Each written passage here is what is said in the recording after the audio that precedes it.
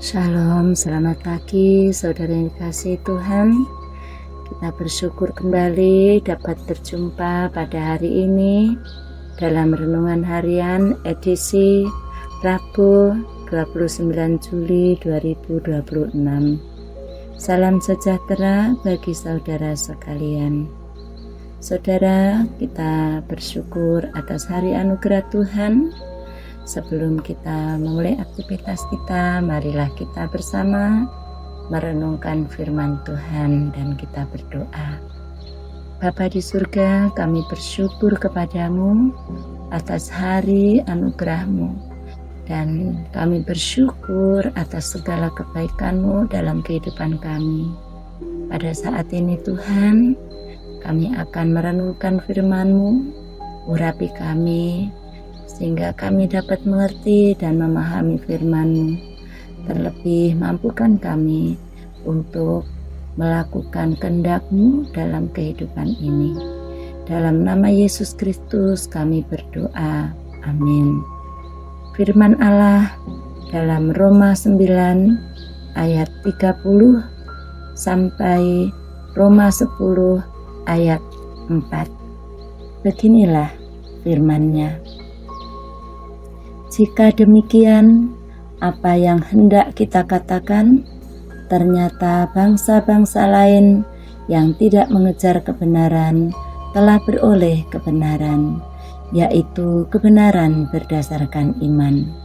Sedangkan Israel sungguh pun mengejar hukum yang akan mendatangkan kebenaran, tidak sampai kepada hukum itu. Mengapa tidak? Karena Israel mengejarnya bukan berdasarkan iman, tetapi seakan-akan berdasarkan perbuatan. Mereka tersandung pada batu sandungan, seperti tertulis, "Sesungguhnya aku meletakkan di Sion sebuah batu sandungan dan sebuah batu besar yang membuat orang jatuh. Dan siapa yang percaya kepadanya tidak akan dipermalukan." Saudara-saudara, kerinduan hatiku dan doaku kepada Allah ialah supaya mereka diselamatkan. Sebab aku dapat memberi kesaksian tentang mereka bahwa mereka sungguh-sungguh giat untuk Allah, tetapi tanpa pengertian. Sebab oleh karena mereka tidak mengenal kebenaran, dan Allah berusaha untuk mendirikan kebenaran mereka sendiri, mereka tidak takluk kepada kebenaran Allah. Tujuan akhir hukum Taurat adalah Kristus, sehingga kebenaran diperoleh tiap-tiap orang yang percaya. Amin. Tema pada hari ini, kebenaran karena iman. Tidak dapat dipungkiri bahwa orang Israel adalah umat pilihan Allah. Mereka telah dilepaskan dari perbudakan dan dituntun memasuki tanah Kanaan. Berbagai aturan termasuk hukum Taurat diberikan agar mereka tetap hidup benar di hadapan Allah.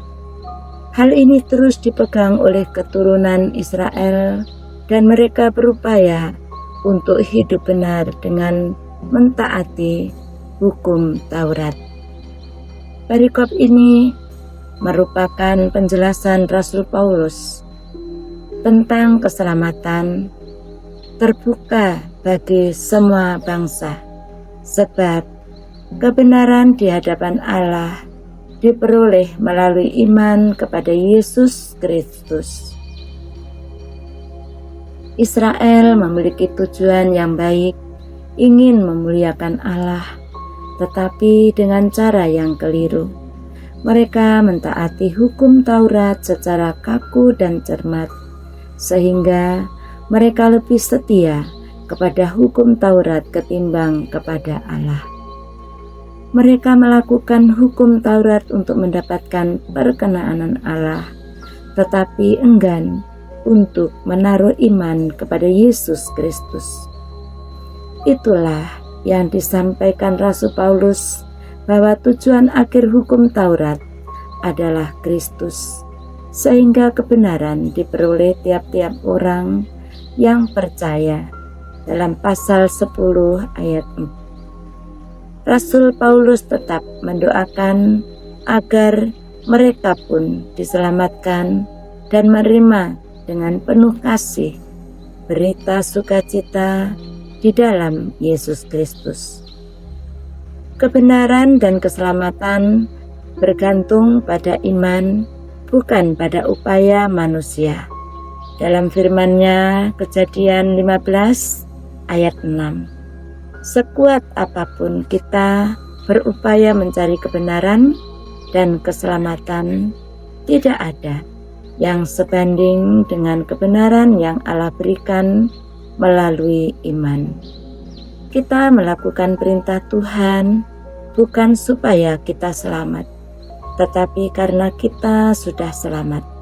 Segala upaya yang dilakukan manusia tidak akan cukup untuk membenarkan diri di hadapan Allah.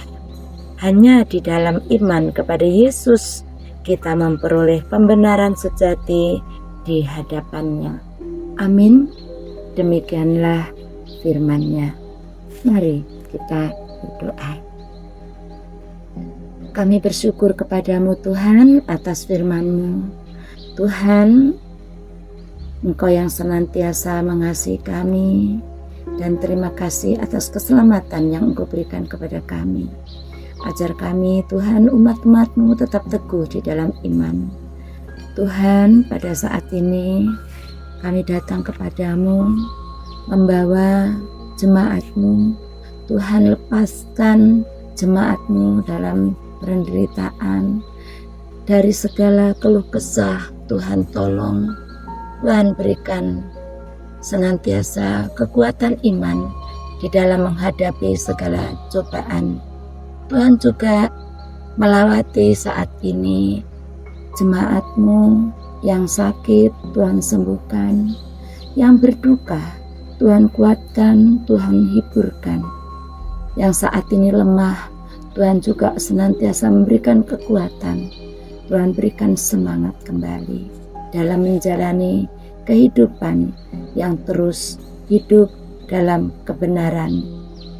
Tuhan juga memberkati iman yang kuat dalam setiap kehidupan umat-Mu. Ya Bapa, saat ini Engkau juga memberkati seluruh kehidupan dari jemaat-Mu dalam pekerjaan mereka, dalam setiap tanggung jawab mereka. Engkau yang terus menolong. Tuhan juga memberkati hamba-hamba Tuhan dalam pelayanannya, dalam hidupnya. Tuhan senantiasa memberkati. Tuhan juga berkati jiwa-jiwa yang juga rindu akan keselamatan. Tuhan lawati, Tuhan selamatkan. Tuhan, saat ini Engkau juga memberkati bangsa dan negara kami. Berikan kedamaian, keamanan. Tuhan juga senantiasa berikan kesejahteraan dalam bangsa Indonesia ini, bahkan bangsa-bangsa, negara-negara di seluruh dunia. Berikan keamanan, kedamaian, dan kesejahteraan.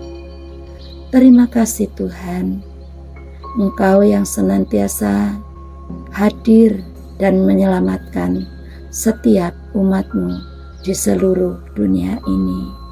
Dan biarlah iman mereka senantiasa kuat, teguh di dalam Engkau sebagai orang-orang yang percaya kepada Tuhan Yesus Kristus.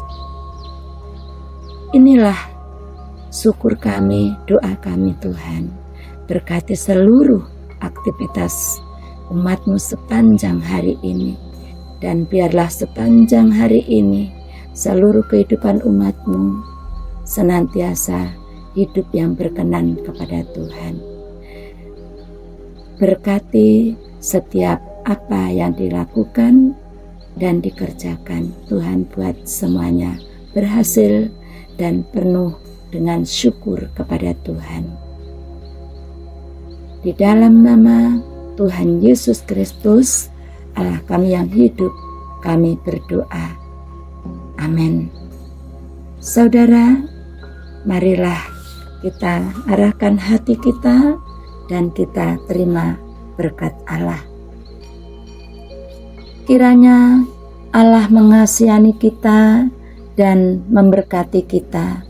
Kiranya Ia menyinari kita dengan wajah-Nya. Amin. Selamat beraktivitas saudara. Tuhan memberkati.